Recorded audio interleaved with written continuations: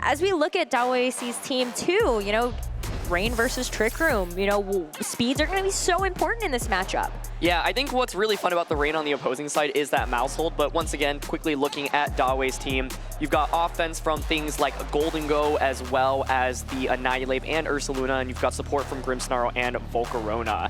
The Porygon 2 here is Trick Room, of course, able to set up for that Ursaluna. Grimmsnarl's screen support here is so valuable, and Volcarona, defensive here, able to support its teammates. You can lead it with something like the Annihilate, like the Ursaluna, like the Golden Go, and just protect your from your opponent's Pokemon. And then Porygon 2 is also going to have a bit more of a unique moveset to the Porygon 2 we have seen in the previous rounds of this tournament. Its 2 attack moves of choice are Tri-Attack and Shadow Ball, rather than something like the Terra Fighting Terra Blast, as well as Ice Beam that we've seen on other Porygon 2. Exactly. Now, looking over, of course, at Dawei's accomplishments, top 16, top 32 in back-to-back-to-back North American International Championships. That's one of the most difficult tournaments of the entire season, and they've made it not only to day 2, but had deep runs each time there. Yeah, and a ton of top 32s last season for the regional championships as well. So being able to show up on the international stage as well as once again in a regional championship makes this matchup very exciting. But a little bit of a different story here for Nicholas. Again, first regional championship ever, but with this phenomenal Rain team. Yeah, Rain was one of the top archetypes coming into this tournament, and this is a pretty classic take on it. A couple things to note. You've got the Mystic Water on the Basculegion. Sometimes people like running Choice Band, but Mystic Water, of course, allows you to click Protect, means that you're not locked into an attack immediately. There also is the offensive mouse hold here with that Population Bomb, the Technician Wide Lens combination. It's kind of funny that in this matchup we've got mouse hold on one side and Annihilate on the other side. Normally they're combined with each other, but pay special attention to Basculegion in this matchup. I think with that Water Terra with Wave Crash, it does so much damage even before Pelipper sets up the Rain for it. Dawei's team does not have that many Pokemon that can reliably take Wave Crash, and so for Dawei to respond to it, I think some answers include Dragon Terra Golden Go as well as Dragon Terra Volcarona with that Will-O-Wisp, but Basculegion immediately looks really oppressive, and of course with Mouse Hold, you could even go for Population Bomb onto your own Archaludon to get that stamina boost up very quickly and make Body Press suddenly really powerful and make your Archaludon super defensive. Maybe that's where Golden Go could really come into play though. As just a Ghost-type Pokemon, you have the opportunity to bypass a lot of those body presses, but you still also have that defensive Terra, as you were saying, to be able to try to go from there. So I'm really interested to see how both of these players are going to approach this. Dawei absolutely has those defensive Terras, but also even has Trick Room to potentially try to finagle the speeds a little bit, maybe get that Swift Swim Basculegion caught off guard. As we head into the first game of this top 4 set, it is going to be that more passive lead of the Grimmsnarl and the Volcarona here for Dawei, as Nicholas goes right all out on the offense with that Pelipper and Basculegion. Yeah, so Pelipper Basculegion is so oppressive. This is the Terra that we were talking about, right? You can go for the Terra immediately to at least resist this Water Terra Wave Crash. Otherwise, Water Terra Wave Crash does neutral damage to everything on Dawei's team. So Dawei recognizing I need a defensive option here immediately, but you know, there are a bunch of other questions as to like where does the Basculegion target right now, right? If the Wave Crash goes into Grimmsnarl, even with Reflect setup, you still take so much damage, but it's going to be the Water Terra immediately on Basculegion. This is a super safe Terra for Nicholas because there really aren't any super effective attacks from the opposing side once you Water Terra. No Grass, no Electric type attacks. And it's going to be the Terrestrialization matched on Dawei's side, as we do see that Volcarona go for the Dragon Terra. And so I kind of wonder, though, how much does this leave that Volcarona vulnerable to something like a Hurricane from this Pelipper? Absolutely, and it's just going to be the Reflect to start off here, so you really want to mitigate Basculegion's damage output. Does it matter if Wave Crash goes into the Grimmsnarl is the first question. Let's see, it is going to be the Wave Crash coming out into the Grimmsnarl, and Grimmsnarl manages to hang on!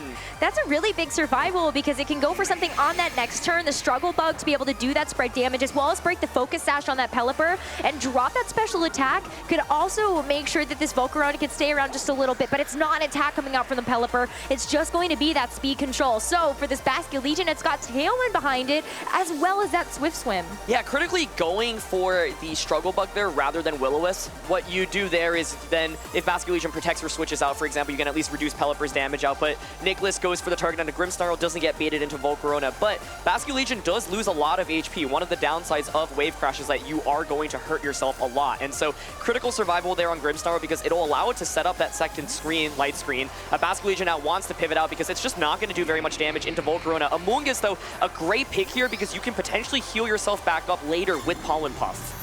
As this Grimmsnarl gets a chance to weave in this light screen, though, these attacks coming through from the Pelipper are going to be even more mitigated. The Grimmsnarl is not going to be able to survive that Hurricane, though, despite the light screen and that special attack drop from that Pelipper. The Will-O-Wisp, though, is going to actually avoid the Amoonguss, but you would have loved to hit into that Basculegion if that was what was still on the field. Yeah, not super critical into the Amoonguss there. You at least, if you're Dawei, have set up your screens. But it's awkward, right? Because, so Amoonguss doesn't feel very intuitive to bring into this matchup because there's a Golden Go in Team Preview, there's a Safety Goggles Annihilate, but it's really good against a lot of the Pokemon Dawei's brought here. So Nicholas identifies, even with some troublesome Pokemon in Team Preview, it's still worth bringing. Now, Ursaluna comes out because the idea is you want to protect so that you get the Flame Orb activated. Once Flame Orb is activated, you at least cannot put the Ursaluna to sleep. Terra, however, has already been committed. You've got to be worried about offensive pressure from the Pelipper, right? So a Rage Powder here, of course, can deter that. What you can do this turn is maybe go for Overheat onto Amoonguss or Struggle Bug, protect with the Ursaluna. It's actually just a Headlong Rush. Hover, though, so for maybe predicting that the Amoonguss is not going to actually Spore into Ursaluna.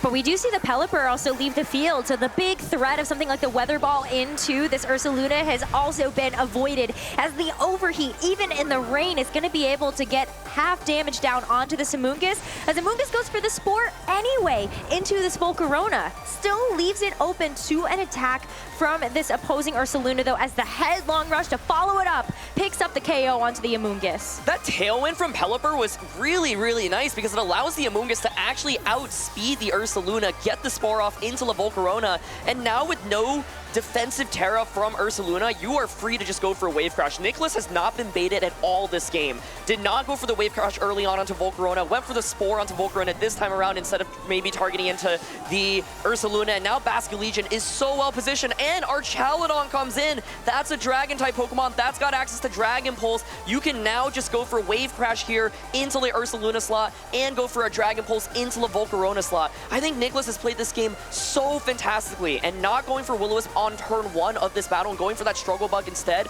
has definitely punished Dawei.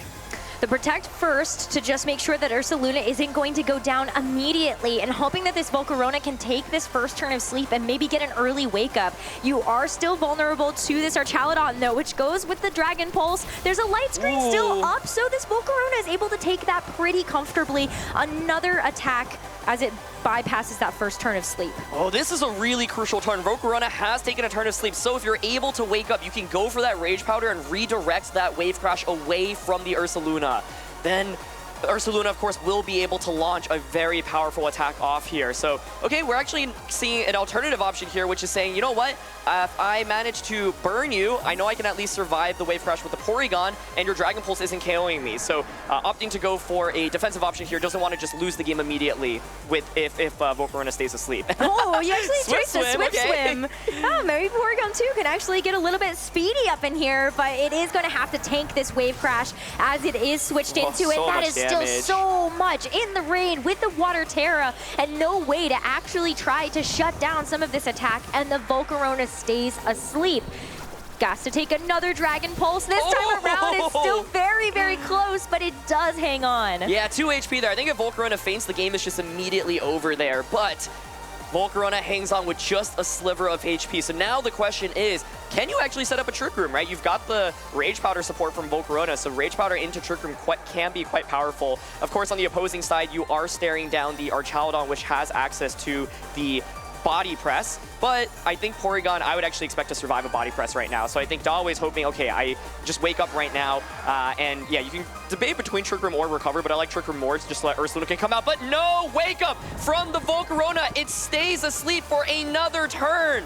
That allows Nicholas to exert maximum offensive pressure here. That Wave Crash, even without the rain, still gets that knockout onto Porygon. No Trick Room for Dawei heading into the final couple of turns, and even this Archaludon is going to be able to secure a knockout for itself as it finally gets the job done onto this Volcarona. It's just the Ursaluna at the end, and this Basculegion is going to win that 9 times out of 10. You've got a Pelipper in the back there to set the rain up again. Yeah, absolutely. So easy switching to Pelipper here, but Nicholas played this phenomenally. I think the key turn was honestly turn 1. the Volcarona had the potential to go for the Dragon Terror and immediately go for Will-O-Wisp onto the Basculegion. Dawei might have thought, well, that's just so obvious. I think you're definitely just going to protect Basculegion. You might consider switching out as well. But Nicholas just says, you know what, I'm just going to attack with the Basculegion. Dawei opting for not going for Will-O-Wisp on that first turn means that this Basculegion is so powerful in the end game, setting up that Tailwind so that Amoonguss can outspeed the Ursaluna, put the Volcarona to sleep as well, preventing redirection support further on. I was talking about how good Basculegion was coming into this game, and boy, did it look good. It looks so good too, because there's not really a clean way for Dawei to switch up the speeds immediately. Like, you have the Pelipper in, the Swift Swim is always going to make that Basculegion one of the fastest things on the field. And regardless of even if you get the Terra, like, you're still able to get a huge amount of damage down onto something. Absolutely, yeah. So I think if you're Dawei, the idea was right. I think the Pokemon choices are actually fine. Golden Go feels really scary to bring here because you don't even have something like Choice Specs Thunderbolt, so you could go for Choice Specs Shadow Ball, but the Basculegion can just always Terra, right? There's like nothing to actually punish Terra coming out from Basculegion, so if you're Dawei, you might be okay just going with the same options. Grimmsnar or Volcarona once again, but this time opt for the Will-O-Wisp onto the Basculegion. However, Nicholas now, I'm sure, is thinking about that as an option, right? So what you could do then is just protect your Basculegion on turn 1 and go for damage onto a Volcarona immediately. But I think burning Basculegion is one of the only ways of actually handling it here, because even with Reflect setup, it's still so difficult. Dawei also didn't manage to set up Trick Room in that game, so that's another approach that they could take.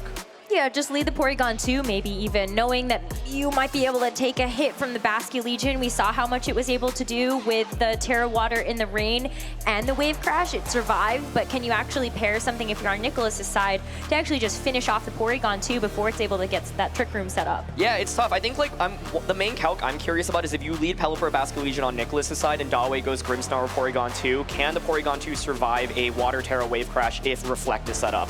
If that's the case, you at least get your Trick Room up, but oh, it's gonna be a mix-up here. No Basculegion. Incineroar is out on the field instead, and there is the Porygon 2. Okay, so the Porygon 2 is in a much better position in this spot because you are able to just get this Trick Room set up. You are not in any threat of actually getting knocked out before you actually are able to get it up and going, but the Drizzle getting traced there is very funny. Yeah, so this is interesting because Incineroar does have the fake out into Porygon. A Porygon here is Ghost Terra, but would you really want to Ghost Terra solely to get around the fake out? We also see a key Pokemon in the back. It's going to be Golden Gold this time around, so offering a little bit more offense.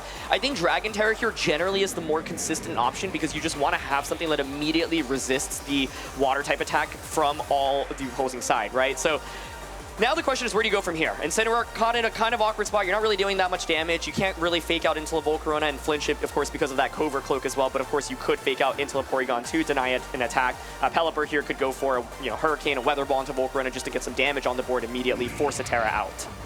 The Terastallization onto the Volcarona first, though, to kick off this game. And so the Dragon Terra will be good moving forward. If the Basculegion is in the back, which I feel like we have to assume that Nicholas is going to have, then Volcarona is still around to at least be able to get some damage down in the process, and also hope that it will be up and running for something like a Will-O-Wisp in the future. As the Focus Sash gets broken onto this Pelipper once again, but even more importantly, drops the special attack like it did in that game number 1. With the Weather Ball too, take a look at how well this Dragon Terra is going to help this Volcarona stay up. It does have to take a parting shot though, so what's going to be coming into that Incineroar slot? Yeah, I mean, our Chowdon right now, definitely a decent switch in. I think Basculegion, you kind of want to wait until you knock out the Volcarona. Once Volcarona faints, suddenly there's nothing that resists water type damage, but it's actually going to be the Amoonguss. And so obviously by going with the Incineroar this time around, you can only bring one of the Basculegion or the Archaludon given Amoonguss coming out here. And Tri-Attack does get the burn onto Pelipper, so that's a lot of damage. Yeah, I mean, that is something else to maybe keep in mind for this game, is that there is a 20% chance to burn, freeze, or paralyze with Tri-Attack. And so the burn here maybe gives a little bit more hope to Dawei to see this Basculegion in the future and maybe get a burn that way. Yeah, and there's Golden Gold this time around, which is a really nice response in particular against Amoonguss. So if you're able to predict correctly where Amoonguss is going to target this turn, you could also actually go for the side Will-O-Wisp to burn your own Porygon 2, preventing it from getting spored. So, okay, no we way. see the hover here. I like that a lot.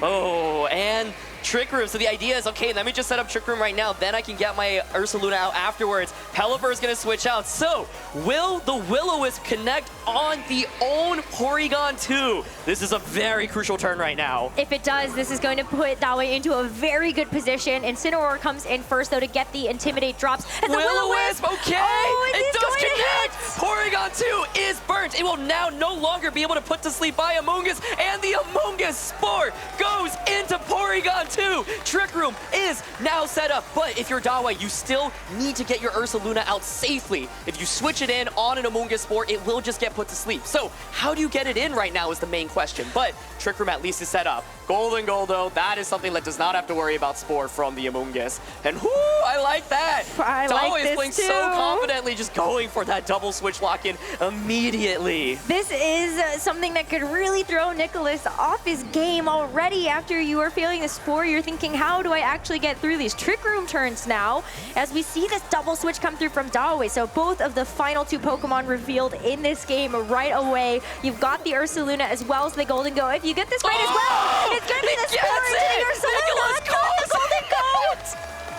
What a play! What is Incineroar going for? It's knockoff as well. Goodbye to your Flame Orb. That is one sad Ursaluna, and this is what makes Ursaluna hard to use. You have to get it in safely, and Dawei was in no position, had to make a call, and gets it. The double up on Amoonguss safe though, right? Even if Porygon stays in, you still eat up the knockoff, and Amoonguss doesn't lose that much value, right? It's not like Volcarona is applying that much pressure anyway, but by going for that play, Nicholas gets probably even more than he initially thought he would really get out of that turn. So what a phenomenal play. Nicholas has been playing so well. Dawei making such a cool play as well. Golden Go now at least is out on the field, but you have to worry about Incineroar just hitting you with a knockoff. You do, because you also need to consider that your terrestrialization is already used. Yeah. You don't have that Dragon Terra available to you, and you're also Choice Spec, so you have to lock into something right away. Amoonguss safely going for another Spore here, not under any threat of getting knocked out by either of these Pokemon right now, as Ursaluna takes its mandatory turn of sleep, and Golden Go has to eat the knockoff. It's going to be going down already to just a sliver of HP as it locks into the Power Gem. Now that this Choice Specs is gone, it's actually not going to be enough damage for this Incineroar to get finished off, but you could also change up your move if you actually have an opportunity to with Golden Go. Yeah, this is so tough. That Spore, by the way, just to cover for Ursaluna potentially switching out into the Volcarona specifically. The Golden Go is caught in a really awkward spot. That slot will just get knocked out by an attack at this point, right? And Ursaluna is so sad because not only did it switch in, it lost its Flame Orb, and so you don't even have the Guts activation anymore. So its damage output into Amoonguss is not going to be that great. I like the idea behind this play, though. Get the Golden out safely, wait until Trick Room is stalled out, and then just try to get some damage off with the Earthquake right now. Porygon 2 is going to switch back in, gonna get a Trace off. It's gonna be the Regenerator, okay? It's always fun to see what traces. And the side Pollen Puff here, just such a safe play to go for. Heal the Incineroar nearly back up to full HP now. I mean, this Earthquake, even if it goes off into the Amoonguss, it's not going to be able to eliminate that right away. And this Porygon 2 is going to have to take this knockoff, and it removes the Eviolite now, a play that you were calling out. So this Porygon 2 is a little bit more vulnerable to these special attacks. Yeah, the main thing is right now Incineroar, Amoonguss, like they're not exerting the most amount of offensive pressure, but Nicholas is probably okay with how this game state has played out, right? Dawei's strategy was to try to set up Trick Room, try to bring out these really powerful attackers under Trick Room. Nicholas is content just getting damage off across the board, because you're setting yourself up for an endgame where Basculegion comes in, the rain is set up, you water Terra, and you click Wave Crash into everything. So right now, Dawei is in a really tough spot. Porygon at least is pretty bulky, right? So it can heal back a lot of the damage that's been taken right now. Ursaluna has taken a couple of turns of sleep as well. Gonna go for the Facade there, so potentially reading that Incineroar is gonna switch into Pelipper right now. You gotta knock out something. You're running out of Trick Room turns, and you're also running out of HP and Pokemon. As Amoonguss goes for the Rage Powder, it will keep this Incineroar safe on this next turn, but we've gotta see the Wake Up, and it's still gonna be asleep. Ursaluna, this is not the time to be taking a nap or this Flare Blitz. Yeah, it was already an uphill battle for Dawei, but for it to stay asleep for as long as it has made it even more difficult. We, of course, saw the Facade locked in, so it wouldn't have really done very much damage, and this Golden Goal losing the Choice Specs as well. I mean, like, the Golden Goal and Ursaluna on this team, when their damage output is reduced, it just feels so sad because they really aim to pick up these big one-hit knockouts. And Nicholas, you know, Incineroar Amoonguss, not exactly meant to be the most offensive combination, but he is making it look so strong. We've seen so many cool plays throughout the course of this game, but you know, Dawei does not have the ability to heal up with Pokemon like Ursaluna, with the Volcarona, with this Golden Goal. There's no Amoonguss on Dawei's end. You can't self-Pollen Puff here, and so caught in a really tough spot right now. I think the idea is, yeah, let me at least get Porygon 2 in, let me try to set up Trick Room again, then let me get Ursaluna out under Trick Room, but it feels pretty inevitable right now. I think Nicholas is in such a huge advantage.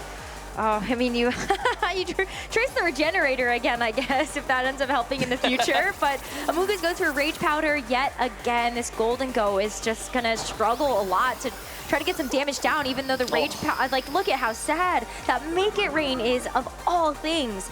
And this Incineroar still gets a chance to actually go for damage. It goes into the Porygon too, though, but look at how offensive this Incineroar is. We've gone back to 2 attacks on this Incineroar, and they both look amazing. Yeah, Flare Blitz, really big deal. I know that seems really standard on Incineroar, but this is a Rain team, right? So a lot of times people would think, well, you know, I'm going to set up the Rain so often, I'm not actually going to run Flare Blitz, but it's a really crucial move to have here because it allows you to actually deal so much more damage. If you were the Incineroar set without Flare Blitz, then you're kind of just stuck awkwardly clicking knockoff. Right now, Nicholas isn't even bringing out what I think is the most powerful Pokemon in Basculegion. He's saying, you know what? You have to knock me out first, and then I'll just bring it out. I don't want to switch something in carelessly, and I think that's really smart, recognizing, hey, the duel that I have on the field right now is already applying so much offensive pressure. So Dawei keeps making these switches, but you're just losing more and more HP, which makes this so difficult. It adds up over time, and I think what's also really tough about this Golden Go is you've taken a special attack drop now as well. Yeah. Not only do you have your choice specs gone, but you also just use Make It Rain, which dropped your special attack. And so is there really a way for you to actually knock out this Incineroar? You saw Dawei actually remove the Porygon too, just to make sure it's not going to get knocked out to another Flare Blitz. And look again at how much sadder these Make It Rains look time and time again. And the Citrus Berry hasn't even been consumed until now, so Amoonguss just heals all the way back as well. Incineroar happy to just keep launching damage. It's going to be knockoff. Golden Go finally is eliminated. So if you're Dawei, at least you now have Porygon and Volcarona out on the field next to each other, right? So you can aim goal to set up a second Trick Room. The thing is just, even once Ursaluna wakes up, are you able to pick up one-hit knockouts with it, right? Does a Headlong Rush under Trick Room, for example, actually get the KO into the Basculegion? The Basculegion also has Aqua Jet, right? So if you knock out this Volcarona, well then Basculegion doesn't care about Trick Room being set up. So Volcarona traces the Regenerator once again. Well, I mean, it helped out. Look at that. Porygon 2 has actually recovered some of its HP thanks to tracing that ability and would be able to take another Flare Blitz. But we are now going to see this Incineroar finally leave the field, and it is going to be the Pelipper that takes its place. Not a bad idea to set the rain in case you are going to see something like an overheat come through from this Volcarona. Yep, Amoonguss is going to switch out here as well, so if there was any turn for Dawei to have a big turn, it's actually not even Basculegion in the back. It's going to be Archaludon. Okay, so Nicholas saying, you know what, I think you're going to counter Basculegion a little bit harder this time around, but Archaludon's such a good final Pokemon to have here. Yes, you drop its special attack, but how do you deal enough damage to KO it right now? Especially as stamina boosts continue to stack up as well. Tri-Attack comes out, hoping for a status condition. Do we see one here? It's a critical hit and a stamina boost, but no status condition.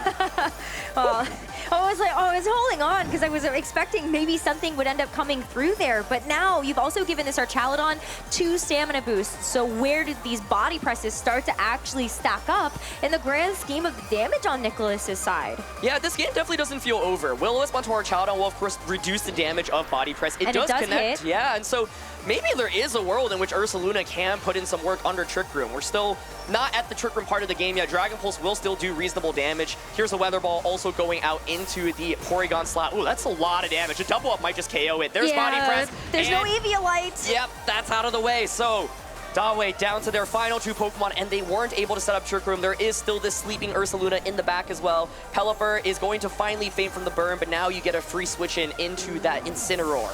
So Incineroar gets an Intimidate drop onto this Ursaluna that also doesn't have its guts activated because the Flame Orb got knocked off. It gets a chance to wake up, I think, on this turn because it's taken so many turns of sleep. But how is this Volcarona actually going to be able to do the job?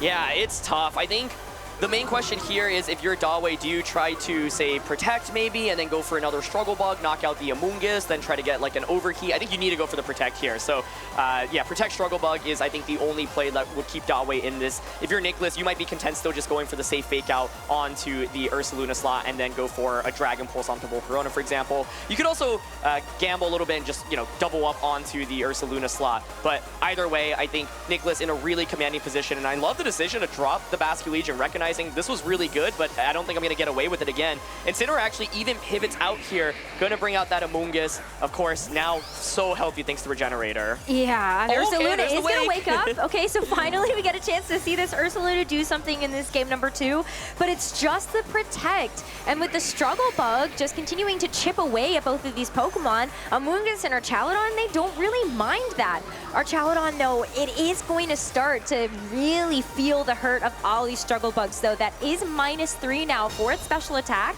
and it is burned. So these body presses, even with the +3 stamina, not going to be that impactful. Yeah, Nicholas kind of covering for all options there, basically. I think the one scary thing could have been if the Volcarona had just gone for a Rage Powder, and then maybe you just headlong rush immediately into the Archaludon. But the reality is a non-Guts boosted Ursaluna was already kind of sad, and now we're staring down a +3 defense Archaludon. So I think Dawei here, they want any chance of winning this game, needs a critical hit right now from the Ursaluna. Rage Powder first, so we'll see if that critical hit can come through as the Archaludon goes for the body press, and this so much Volcarona damage does do a lot of tanking there, but you see this Amoonguss just not a critical hit, not going to end up being the KO either, and oh, even still, this Amoonguss gets a chance to re-heal this Archaludon with Pollen Puff. Yeah, and even with the burn on Archaludon, it's putting in so much work. Being able to soak up these defense boosts from that struggle bug, so valuable. If you're Nicholas now, you could just switch the Amoonguss back out into Incineroar, go for another body press. And so I was thinking maybe you go for the headlong rush and just try to crit the Archaludon right here and then. Instead, the damage goes into Amoonguss. And so Archaludon here now sitting so healthy. You can go for Rage Powder once again, but I think Body Press might just get the knockout in return. It's doing so much damage even with that burn thanks to all of those boosts. So yeah, here's the Rage Powder play. Okay, opting for potentially the Overheat here instead. Of course, if you go for Overheat, the risk is Archaludon just clicking Body Press into the Ursaluna slot and getting KO there. But you gotta risk it at this point because Dawei is several steps behind in this game. Oh, okay. Wait. The side Will-O-Wisp.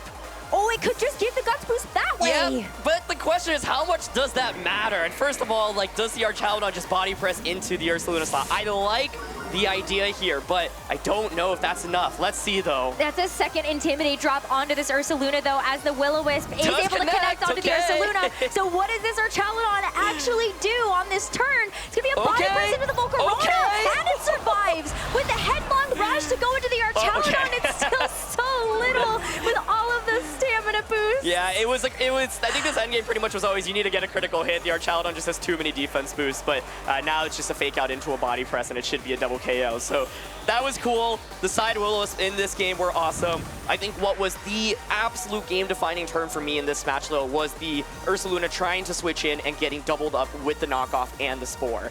If the Porygon had stayed in and then the other slot switched into Ursaluna, I think there may have been a decent chance for Dawei, but Dawei just had to play so defensively, never really had that much offense, and that's why Amoonguss was so good in this matchup, despite there being so many Amoonguss counters seemingly, with Golden Goal, with Safety Goggles Annihilate, with Flame Orb Ursaluna. Dawei got so close of being able to make it to the finals, but it's gonna be the newcomer, Nicholas Morales, with that final KO onto Ursaluna, making it to the finals of the Baltimore Regional Championships.